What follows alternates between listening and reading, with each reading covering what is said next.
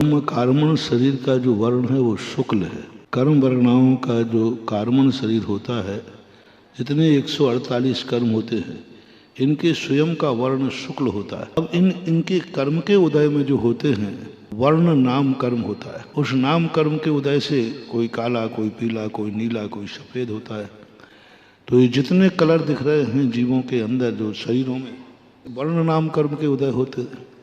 और वर्ण नाम कर्म का भी है, रस नाम कर्म का ये नीम कड़वा होती है, उससे कटु नाम कर्म का उदय है। इमली कसायली होती, खट्टी होती, उनका कसायला नाम करके आंवला कसायला होता है। तो जिनका जो स्वाद है वो उनके कर्म का उदय है।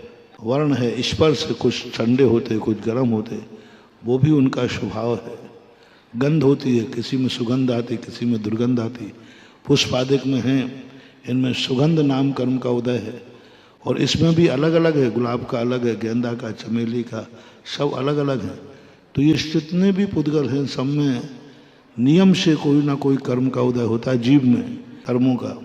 और उन्हीं कारण से रास गंध 20 प्रकृतियां हैं। ये 8 स्पर्श की, 2 गंध की, 5 वर्ण की, 5 रस की।